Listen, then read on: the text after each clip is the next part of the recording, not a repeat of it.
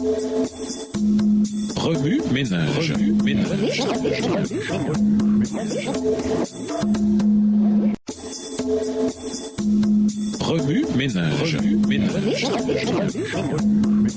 Bienvenue dans votre émission. Remue ménage. Nous voilà à la leçon de dimanche. Intérioriser, obtenir ce qu'on désire. Dès le début du chapitre 4, Jacques ne se retient pas. Les batailles, les guerres et les luttes surviennent parce qu'on se concentre sur les plaisirs et qu'on cherche à les satisfaire. Il ne dit pas au lecteur quels sont ces plaisirs, mais plutôt comment on essaie de les obtenir, en convoitant, en tuant, en intriguant et en luttant. Même des désirs légitimes et sains peuvent se transformer en quelque chose de terrible s'ils sont poursuivis de la mauvaise façon. Par exemple, le désir d'une relation profonde avec un autre être humain est parfaitement légitime et nous vient de Dieu. Mais si, dans la quête de cette relation, on harcèle l'autre, alors là, ça ne vient pas de Dieu. La soif d'expérience malsaine ou carrément pécheresse va encore plus loin. Elle est nuisible à la fois dans la fin et dans les moyens. C'est simple. Toutes les façons mondaines de s'enrichir ne fonctionnent pas. La convoitise suscite un désir répugnant pour quelque chose, tandis que le meurtre et la lutte cherchent à prendre des choses par la force et par la violation de quelqu'un d'autre. Ces façons d'obtenir quelque chose plaisent au cœur charnel, car elles donnent un semblant de contrôle et d'accomplissement. Mais tout ça n'est que fumée et illusion. À ceux qui cherchent à s'enrichir par des moyens aussi efficaces, Jacques demande « Où est Dieu ?» Chercher à accéder au plaisir de façon aussi insouciante trahit une profonde méfiance à l'égard de Dieu. Pourquoi ne pas simplement lui demander avec confiance ce dont on a besoin? Le croyant doit avoir l'assurance que Dieu pourvoira à ses besoins. Souvent, cependant, Dieu est loin même de l'esprit de ceux qui confessent leur allégeance envers lui. Parfois, quelqu'un prie Dieu, demande ce qu'il désire et ne l'obtient pas. Est-ce à dire que Dieu n'a pas entendu sa prière? Il existe plusieurs raisons pour lesquelles une prière reste sans réponse. Jacques en fournit une explicitement ici. Et si vous demandez, vous ne recevez pas parce que vos intentions sont mauvaises. Vous voulez tout gaspiller pour vos plaisirs. Jacques 4, verset 3. Si Dieu alimentait les plaisirs hédonistes de ses enfants ou leur permettait d'investir davantage dans des citernes crevassées, la loi de l'amour serait alors transgressée. Comment pourrait-il encourager ses enfants à rechercher ce qui ne les satisfera jamais, ce qui ne fera que leur nuire, ce qui ne les conduira qu'à désirer toujours plus de la même griserie? Parfois, Dieu dit non parce qu'il sait que dire oui ne ferait que nous causer du tort. Il est facile de mal comprendre Dieu lorsque la prière est un moyen où l'on perçoit Dieu comme un distributeur automatique ou comme une relation transactionnelle semblable. La prière ne consiste pas à forcer Dieu, ni à le faire plier à notre volonté, mais à s'abandonner à sa volonté, apprendre à lui faire davantage confiance et à lui permettre de nous transformer. L'humble abandon dont on fait l'expérience dans la prière est bien loin des meurtres et des convoitises que le monde recommande pour obtenir ce que l'on veut.